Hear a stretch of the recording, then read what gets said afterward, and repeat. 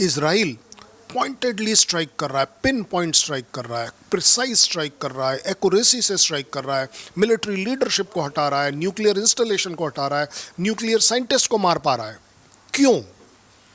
अगर ईरान के पास इस सब के विरुद्ध एक डिफेंस होता तो वो रोक पाता, वो नहीं रोक पाया। लेकिन ईरान क्या बोल रहा है? हमने उनके 4 जहाज गिरा दिए। जो कंट्री थोड़ा कमज़ोर होता है ना, वो ये गिनतियाँ गिनता है। ऑपरेशन सिंदूर में क्या हुआ? इंडिया वर्सेस पाकिस्तान के शहबाज शरीफ ने बोला 80 जहाज आए थे, तुम 80 जहाज गिनते रहे, हम अपना काम करके वापस आ गए। सेम गोस फॉर इजराइल, आप वो 3 जहाज 4 जहाज गिनते रहे, यहाँ इजराइल ने आपकी कमर तोड़ दी है। इंडिया अपनी अलग लकीर खींच रहा है, अपनी अलग लकीर ऊंचाई की तरफ ले जा रहा है, लोगों को पसंद आए या ना आए। अब आपने सवाल अगर कोई हमसे ये करता है कि आपने वोट क्यों नहीं किया, बड़े सीधे शब्दों में अगर इसका जवाब देना चाहिए, मेरी मर्जी। जहाँ तक बात है प्राइम मिनिस्टर के इस क्लैरिफिकेशन का, जहाँ उन्होंने आधे घंटे ट्रंप के साथ टेलीफोन पर बात करी, अब इसकी सीरीज़ देखिएगा। एक रिक्वेस्ट आया कि ट्रंप साहब आपसे बात करना चाहते हैं। सो अगर वो पहले वाली जो मध्यस्थता वाली बात है वो दिख रही है आपको यहाँ, वहाँ से रिक्वेस्ट आया, हमने नहीं किया, पहली बात। दूसरी बात, उन्होंने बात के दौरान ट्रंप ने ये भी बोला कि आप कनाडा से सीधे हमारे कंट्री होते हुए जा सकते हैं। प्राइम मिनिस्टर ने मना कर दिया, रीज़न कोई भी रहा हो कि हम साइप्रस जा रहे हैं। दैट मीन्स साइप्रस की इम्पोर्टेंस क्या यूएस से ज़्यादा है? इसको बोलते हैं आपको अपने आप में कन्विंसिंगली एक ताकत रखना कि यस, मैं आपको बोल सकता हूँ ये बात। अगर आपको लग रहा है या आप बोल रहे हैं या दुनिया को लग रहा है कि ऑपरेशन सिंदूर आपके कहने से रुका, तो आपकी मेरी तो बात ही नहीं हुई। ये भी एक ऑफिशियल एक्नॉलेजमेंट है। और अगर हुई होती, आपका किसी तरह का दबाव हमारे ऊपर होता, तो आज जब आप मुझे बुला रहे हैं, मैं तो अपना सीधे हाँ करता हुआ दौड़ता हुआ आता। मुनीर साहब वहाँ पिछले 4 दिन से बैठे हुए हैं, तब जाकर उन्हें लंच मिला है। वो भी इसलिए लंच मिला है क्योंकि ट्रंप के जो एडवाइज़र्स हैं उनसे पूछा, उन्होंने एडवाइस किया होगा कि भाई ये पाकिस्तान की क्या सिचुएशन है। बोले सर वहाँ थोड़ा ना भूखमरी है, काफ़ी महंगाई है। तो बोले अच्छा एक काम करो, फिर उसे लंच पे बुला लो। Something like that has to happen. Otherwise एक चीफ का वहाँ लंच पर जाना कहीं कोई लॉजिकली बात बनता नहीं है। यूएस चाहता है कि पाकिस्तान की ज़मीन हम इस्तेमाल कर पाएँ। जिस तरीके से इस समय पिछले 24 घंटे में यूएस के रिकनेसेंस एयरक्राफ्ट अपने आप में चाहबार से आगे उड़ रहे हैं और ईरान की मैपिंग कर रहे हैं, अभी तक पाकिस्तान ने उसका ऑब्जेक्शन नहीं किया है, जबकि वो कहता है कि मैं एयर स्पेस नहीं देता हूँ। वहाँ तो खुलेआम चल रही है एयर स्पेस। सो ओवरऑल अगर आप देखें तो ऑपरेशन सिंदूर के पॉइंट ऑफ व्यू से I think prime minister Modi ने 3 चीज़ें क्लियर करी हैं कि ट्रंप साहब, आपको ये जो भूलने की आदत है और सपनों में जो आपने देखा है उसको बोलने की आदत है, इसको मैं क्लैरिफाई कर देता हूँ। उन्होंने ऐसा ही कुछ कहा होगा कि आपकी मेरी बात नहीं हुई, आपके मेरे बीच में कोई ट्रेड की बात नहीं हुई, आपके किसी भी ऑफिशियल की मेरे किसी ऑफिशियल के साथ ट्रेड की बात नहीं हुई, मध्यस्थता की ना बात थी ना है, और सबसे बड़ी बात ना ही होने की कोई संभावना है। सो क्लैरिटी जो है वो मेरे को लग रहा है कि सबसे ज़्यादा ज़रूरी था ट्रंप क्लियर हो जाए कि ये जो आप 2, 3, 4, 5 बार बोल चुके हो कि मैंने पीस ला दी। वेल, पीस ज़रूर आई, लेकिन ये हमारी टर्म्स एंड कंडीशंस पर आई है, हमारे और पाकिस्तान के बीच में बात आई है। पाकिस्तान गिड़गिड़ाया, हमने उसकी बात एक्सेप्ट कर ली, क्योंकि हमारा एम 6-7 तारीख की रात के टेररिस्ट स्ट्राइक के अलावा दूसरा था नहीं। ये तो पाकिस्तान को बता दिया गया था 7 तारीख की सवेरे, लेकिन उन्होंने अपने बात बढ़ाने समझी। अब बढ़ाई है तो आप बहुतेंगे, सीधी बात है। सो मुझे लगता है एक बहुत बड़ी चीज़ हुई है इस चीज़ में कि इंडिया ने इंटरनेशनल कम्युनिटी को ये तो दिखा दिया, ट्रंप को जवाब दिया जा सकता है। इंडिया अपने ओन पर खड़ा है, रहेगा, और हम अपनी नीतियां और पॉलिसीज़ अपने हिसाब से डिसाइड करेंगे। नमस्कार, स्वागत है आपका प्यारा हिंदुस्तान पर। मैं हूं आपके साथ शेरिन। इजराइल और ईरान की लड़ाई, जिस तरीके से वैश्विक तौर पर यह युद्ध जारी है, जिसमें परमाणु बम से लेकर तमाम एक दूसरे को धमकियां दी जा रही हैं, एक दूसरे के ऊपर ये दोनों देश वार कर रहे हैं। पर इसी के चलते जब यूएन में रखा गया प्रस्ताव कि कितने देश चाहते हैं कि यह युद्ध होना चाहिए बंद, तो इसी यूएनजीए में भारत ने वोटिंग से बनाई दूरी। आखिरकार इस वैश्विक युद्ध का क्या कितना असर पड़ेगा मिडिल ईस्ट से लेकर पूरे विश्व पर, और भारत की ना वोट करने को लेकर क्या है बड़ी वजह। इस पूरे मामले पर विस्तार से बात करते हैं। हमारे साथ मौजूद हैं defence expert colonel Shailendra Singh. Sir, Bharat ने जिस तरीके से यूएनजीए में वोटिंग करने से दूरी बनाई और भारत ने वोट नहीं किया जब यूएन में ये प्रस्ताव रखा गया कि कौन कौन देश चाहता है कि आखिरकार ये युद्ध बंद होना चाहिए जो कि इजराइल और ईरान के बीच में है। जय हिंद, नमस्कार। देखिए, बहुत बड़ी बात मैं कहूँगा कि not as a expert but मैं तो एज अ एनालिस्ट आपको बता सकता हूँ, एनालाइज करके, कि हमारा देश कर क्या रहा है। आप यूनाइटेड नेशन में अब बात कर रहे हो कि ये युद्ध होना चाहिए, नहीं होना चाहिए, कितना होना चाहिए। हमने तो आज से सालों साल पहले कह दिया, this is not the era of war. हम किसी भी तरह के युद्ध के पक्ष में हैं ही नहीं। ये इंडिया की एक डिक्लेयर्ड पॉलिसी, और वो भी मॉस्को में खड़े होकर हमने उस कंट्री के साथ बात करी जो हमारा सबसे अच्छा दोस्त है। उससे भी बड़ी बात, देश के इंटरनेशनली 7 टॉप लीडर्स ने इस बात को रिपीट किया। दैट मीन्स वो हमारे साथ, किसी ने उससे पहले नहीं बोला था कि this is not a era of war. सबसे बढ़िया। अब आ जाती है बात ईरान और इजराइल। मैं ये नहीं कहूँगा कि इजराइल हमारे लिए ज़्यादा इंपॉर्टेंट है या ईरान हमारे लिए इंपॉर्टेंट है। मुझे लगता है इंडिया के लिए मानवता सबसे बड़ी इंपॉर्टेंट है, और इंडिया रियलाइज़ करता है कि लड़ाई कहीं पर किसी के बीच में भी हो, अपने वेस्टेड इंटरेस्ट ज़रूर हो सकते हैं, आपके इकोनॉमिक इंटरेस्ट हो सकते हैं, लेकिन सबसे बड़ा इंटरेस्ट भारत का है कि इसमें मानवता नहीं मरनी चाहिए। मैं मानता हूँ कि इजराइल हमारा एक स्ट्रैटेजिक मिलिट्री पार्टनर है, हम उससे काफ़ी कुछ सीखते हैं, वो हमसे काफ़ी कुछ लेता है। साथ ही साथ ईरान के साथ हमारे इकोनॉमिक इंटरेस्ट हैं, लेकिन इन इंटरेस्ट की वजह से हमने किसी की साइड नहीं ली है। सो इंडिया अपनी अलग लकीर खींच रहा है, अपनी अलग लकीर ऊंचाई की तरफ ले जा रहा है, लोगों को पसंद आए या ना आए। अब आपने सवाल अगर कोई हमसे ये करता है कि आपने वोट क्यों नहीं किया, बड़े सीधे शब्दों में अगर इसका जवाब देना चाहिए, मेरी मर्जी, मैंने नहीं किया। आप मुझे फोर्स नहीं कर सकते। कोई कंट्री में, और अबव ऑल उसका अफेक्ट क्या है, आप सब लोग इतना ज़्यादा, मतलब इंटरनेशनली मैं वो बता रहा हूँ, आप सब लोग इतना ज़्यादा कॉन्शियस क्यों है कि भारत ने वोट किया नहीं किया। दैट मीन्स या तो आप भारत को सुपर पावर की तरह देख रहे हो या एक एमर्जिंग सुपर पावर की देख रहे हो। क्योंकि अगर G7 में देखा जाए तो सबसे बड़ी सुपर पावर कौन था? लोग कह देंगे ट्रम्प था, ट्रम्प तो वापस चला गया। उसके अलावा कौन था? सबसे बड़ी इकॉनमी उस पूरे के पूरे ग्रुप में किसकी थी? इंडिया की थी। सबसे बड़ी पॉपुलेशन किसकी थी? इंडिया की थी। इसलिए आज सडनली लोगों को रियलाइज़ हो रहा है कि भाई साहब आपने तो यूनाइटेड नेशन में नहीं किया, तो इधर दैट मीन्स खलबली सी मची हुई है। इंडिया मॉरली करेक्ट डिसीजन लेता है, लेता आया है, लेता रहेगा, जो किसी भी तरह से इंटरनेशनली कहीं किसी दबाव में या किसी भी साइड लेने के पॉइंट ऑफ व्यू से कभी नहीं होंगे। हमारा अपना मानवता का एक दृष्टिकोण है, देश का एक अपना काम करने का कैरेक्टर है, हम उसी पर चल रहे हैं।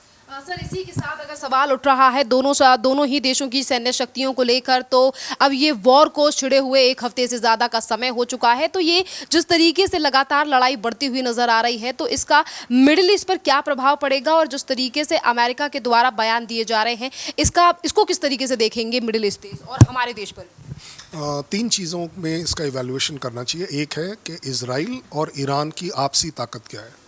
नंबर गेम में अगर आप बात करेंगे, नंबर ऑफ आर्मी के पॉइंट ऑफ व्यू से ईरान के पास काफ़ी लोग हैं, मान ली बात, कोई बड़ी बात नहीं है। मैं ये भी मान लूँगा उसके मिसाइल भी हैं, उसके पास एयरक्राफ्ट भी हैं।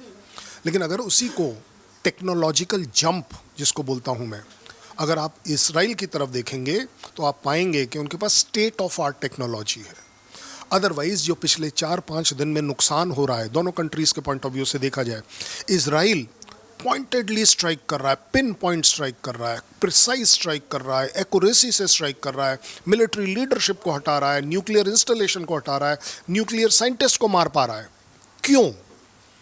अगर ईरान के पास इस सब के विरुद्ध एक डिफेंस होता तो वो रोक पाता, वो नहीं रोक पाया। लेकिन ईरान क्या बोल रहा है? हमने उनके 4 जहाज़ गिरा दिए। जो कंट्री थोड़ा कमज़ोर होता है ना, वो ये गिनतियाँ गिनता है। ऑपरेशन सिंदूर में क्या हुआ? इंडिया वर्सेस पाकिस्तान के शाहबाज शरीफ ने बोला 80 जहाज आए थे, तुम 80 जहाज गिनते रहे, हम अपना काम करके वापस आ गए। सेम गोज़ फॉर इजराइल, आप वो 3 जहाज 4 जहाज गिनते रहे, यहाँ इजराइल ने आपकी कमर तोड़ दी है। आपकी लीडरशिप तोड़ दी है। खमैनी भगते हुए क्यों फिर रहे हैं अगर आप इतने ज़्यादा पावरफुल हैं?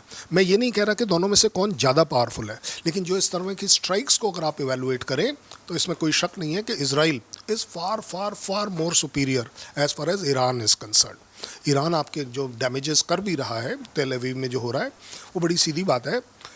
उनका आयरन डोम ले लीजिए, एरोज 1, 2, 3 ले लीजिए, स्लिंग शॉट ले लीजिए, पैट्रियट ले लीजिए, कोई भी एयर डिफेंस सिस्टम ले लीजिए, हर एक की एक टेक्निकल लिमिटेशन होती है। 80%, 90%, 100%। जो इस समय इसराइल के पास वेपन सिस्टम्स हैं एयर डिफेंस के, वो 90 to 95% को रोक पाते हैं। मतलब 100 अगर मिसाइल आई तो उसमें से 95 रुक जाएंगी, 5 भेद पाएंगी।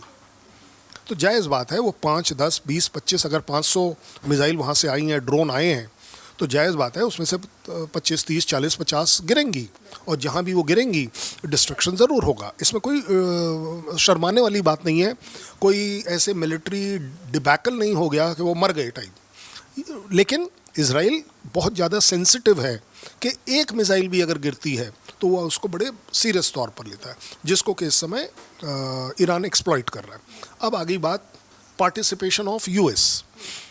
कौन कहता है कि यूएस ऑलरेडी इसका पार्टिसिपेंट नहीं है? एयर डिफेंस कौन दे रहा है आउटसाइड इसराइल? यूएस दे रहा है। लाल सागर में कौन डिप्लॉयड है? यूएस डिप्लॉयड है। इंटेलिजेंस एंड सर्विलेंस की जो सपोर्ट है वो कौन दे रहा है? वो यूएस दे रहा है। पूरे के पूरे नेटो कंट्रीज़ को अपने पीछे खड़े करके एक मॉरल सपोर्ट कौन दे रहा है?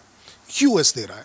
वो जो अभी परसों जहाज़ वहाँ पर लैंड हुआ इसराइल में, वो ट्रांसपोर्ट वाला जिसमें काफ़ी कुछ आया गया है, वो कौन दे रहा है? यूएस दे रहा है। तो इसमें कोई शक नहीं है कि यूएस का एक बहुत बड़ा रोल है। क्यों? क्योंकि यूएस को ये पता है कि अगर इसराइल के साथ ईरान के साथ लड़ना है तो इसराइल को मोहना बनाओ, स्ट्राइक करने वाली कैपेबिलिटी इसराइल की रखो, खुद मत करो। क्यों? क्योंकि वहाँ पर पर्सनल लॉस एक बहुत बड़ी बात है।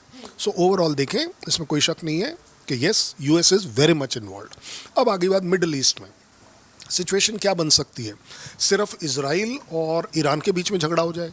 ऐसा होगा नहीं, क्योंकि यूएस ऑलरेडी इन्वॉल्व है। दैट मीन्स बढ़ेगा। जब वो बढ़ेगा तो north Korea is against US, वो बोलेगा मेरी इसराइल से चाहे दुश्मनी है लेकिन इसराइल के साथ दुश्मनी है, इसलिए मैं बीच में आऊँ। तो आप देखेंगे कि मिडिल ईस्ट और उस एरियाज़ में इस कन्फ्लिक्ट के बड़े होने की आशंका ज़रूर है। लेकिन ये मेरा अपना आकलन है कि मुस्लिम कंट्रीज़ 57 में से मुझे नहीं लगता कि कोई 2 कंट्री भी अपने सोल्जर्स, अपने मिसाइल सिस्टम्स या अपने एयरक्राफ्ट इस लड़ाई के अंदर डालेंगे। मिडिल ईस्ट की कंट्रीज़ अब बहुत स्मार्ट हो गई हैं, उन्हें अपना अपना सेल्फ ग्रोथ आजकल दिख गया है, और उन्हें मालूम है कि लड़ाई में सिर्फ आप नीचे गिरेंगे, ऊपर नहीं उठेंगे। जीत गए हार गए बड़ी छोटी बात है, लेकिन आपकी इकॉनमी गिरेगी गिरेगी, आपकी लिविंग कंडीशन गिरेंगी गिरेंगी। कौन ऐसा कंट्री है जो इस समय चाहेगा कि यूएस का B-52 बॉम्बर आपके यहाँ आकर बॉम्बिंग कर दे? ये हो नहीं सकता। तो जहाँ तक एक स्प्रेड की बात कर रहे हैं, बट यस, इसमें कोई शक नहीं कि ये एक दायरा तब बढ़ जाएगा जब कहीं से भी किसी ने भी कोई एक न्यूक्लियर स्ट्राइक का ऑप्शन एक्सरसाइज कर लिया। वहाँ से आप देखेंगे एक टर्निंग पॉइंट आ जाएगा कि इसको फिर आप कंट्रोल नहीं कर पाएंगे। कंट्रोल का मेरा मतलब है कि अगर ये 5, 7, 10 दिन में कंट्रोल नहीं हुआ तो इट इज़ समथिंग लाइक कि या तो ईरान ख़त्म हो जाएगा, इसमें कोई शक नहीं, या ये लड़ाई यूक्रेन रशिया की तरह चलती रहेगी, जो ऑलरेडी वैसे भी चल रही है, चाहे ऑफिशियली चल रही है या नहीं चल रही। ईरान पिछले 20 साल से इसराइल के ऊपर थ्रू टेररिज्म अटैक कर रहा है, तो ये लड़ाई तो चल ही रही है। बट इसके एक मिडिल ईस्ट में स्प्रेड होने की चिंता अगर हम नहीं करेंगे तो हम शायद गलती करेंगे। सर, इसी के साथ अगर युद्धों की बात ही कर रहे हैं तो कुछ दिन पहले भारत और पाकिस्तान के बीच सीज फायर हो चुका है, पर G7 में प्रधानमंत्री नरेंद्र मोदी ने डोनाल्ड ट्रंप के सामने इस मुद्दे को लेकर भी अपनी राय रखी, और उन्होंने कहा कि हमने उस समय पर मीडिएशन नहीं की थी किसी से। जहाँ तक बात है प्राइम मिनिस्टर के इस क्लैरिफिकेशन का, जहाँ उन्होंने आधे घंटे ट्रंप के साथ टेलीफोन पर बात करी, अब इसकी सीरीज़ देखिएगा। एक रिक्वेस्ट आया कि ट्रंप साहब आपसे बात करना चाहते हैं। सो अगर वो पहले वाली जो मध्यस्थता वाली बात है वो दिख रही है आपको यहाँ, वहाँ से रिक्वेस्ट आया, हमने नहीं किया, पहली बात। दूसरी बात, उन्होंने बात के दौरान ट्रंप ने ये भी बोला कि आप कनाडा से सीधे हमारे कंट्री होते हुए जा सकते हैं। प्राइम मिनिस्टर ने मना कर दिया, रीज़न कोई भी रहा हो कि हम साइप्रस जा रहे हैं। दैट मीन्स साइप्रस की इम्पोर्टेंस क्या यूएस से ज़्यादा है? इसको बोलते हैं आपको अपने आप में कन्विंसिंगली एक ताकत रखना कि यस मैं आपको बोल सकता हूँ ये बात। अगर आपको लग रहा है या आप बोल रहे हैं या दुनिया को लग रहा है कि ऑपरेशन सिंदूर आपके कहने से रुका, तो आपकी मेरी तो बात ही नहीं हुई। ये भी एक ऑफिशियल एक्नॉलेजमेंट है। और अगर हुई होती, आपका किसी तरह का दबाव हमारे ऊपर होता, तो आज जब आप मुझे बुला रहे हैं मैं तो अपना सीधे हाँ करता हुआ दौड़ता हुआ आता। मुनीर साहब वहाँ पिछले 4 दिन से बैठे हुए हैं, तब जाकर उन्हें लंच मिला है। वो भी इसलिए लंच मिला है क्योंकि ट्रंप के जो एडवाइज़र्स हैं उनसे पूछा, उन्होंने एडवाइस किया होगा कि भाई ये पाकिस्तान की क्या सिचुएशन है। बोले सर वहाँ थोड़ा ना भूखमरी है, काफ़ी महंगाई है। तो बोले अच्छा एक काम करो, फिर उसे लंच पे बुला लो। Something like that has to happen. Otherwise एक चीफ का वहाँ लंच पर जाना कहीं कोई लॉजिकली बात बनता नहीं है, किसी भी पॉइंट ऑफ व्यू से नहीं बनता है। लेकिन उसमें एक इंटरेस्ट है यूएस का। यूएस चाहता है कि पाकिस्तान की ज़मीन हम इस्तेमाल कर पाएँ। जिस तरीके से इस समय पिछले 24 घंटे में यूएस के रिकनेसेंस एयरक्राफ्ट अपने आप में चाबार से आगे उड़ रहे हैं और ईरान की मैपिंग कर रहे हैं, अभी तक पाकिस्तान ने उसका ऑब्जेक्शन नहीं किया है, जबकि वो कहता है कि मैं एयर स्पेस नहीं देता हूँ। वहाँ तो खुलेआम चल रही है एयर स्पेस। सो ओवरऑल अगर आप देखें तो ऑपरेशन सिंदूर के पॉइंट ऑफ व्यू से I think prime minister Modi ने 3 चीज़ें क्लियर करी हैं कि ट्रंप साहब आपको ये जो भूलने की आदत है और सपनों में जो आपने देखा है उसको बोलने की आदत है, इसको मैं क्लैरिफाई कर देता हूँ। उन्होंने ऐसा ही कुछ कहा होगा कि आपकी मेरी बात नहीं हुई, आपके मेरे बीच में कोई ट्रेड की बात नहीं हुई, आपके किसी भी ऑफिशियल की मेरे किसी ऑफिशियल के साथ ट्रेड की बात नहीं हुई, मध्यस्थता की ना बात थी ना है, और सबसे बड़ी बात ना ही होने की कोई संभावना है। सो क्लैरिटी जो है वो मेरे को लग रहा है कि सबसे ज़्यादा ज़रूरी था ट्रंप क्लियर हो जाए कि ये जो आप 2, 3, 4, 5 बार बोल चुके हो कि मैंने पीस ला दी। वेल पीस ज़रूर आई, लेकिन ये हमारी टर्म्स एंड कंडीशंस पाई आई है, हमारे और पाकिस्तान के बीच में बात आई है। पाकिस्तान गिड़गिड़ाया, हमने उसकी बात एक्सेप्ट कर ली, क्योंकि हमारा एम 6-7 तारीख की रात के टेररिस्ट स्ट्राइक के अलावा दूसरा था नहीं। ये तो पाकिस्तान को बता दिया गया था 7 तारीख की सवेरे, लेकिन उन्होंने अपने बात बढ़ाने समझी। अब बढ़ाई है तो आप बहुतेंगे, सीधी बात है। सो मुझे लगता है एक बहुत बड़ी चीज़ हुई है इस चीज़ में कि इंडिया ने इंटरनेशनल कम्युनिटी को ये तो दिखा दिया, ट्रंप को जवाब दिया जा सकता है। इंडिया अपने ओन पर खड़ा है, रहेगा, और हम अपनी नीतियाँ और पॉलिसीज़ अपने हिसाब से डिसाइड करेंगे। बहुत बहुत धन्यवाद सर।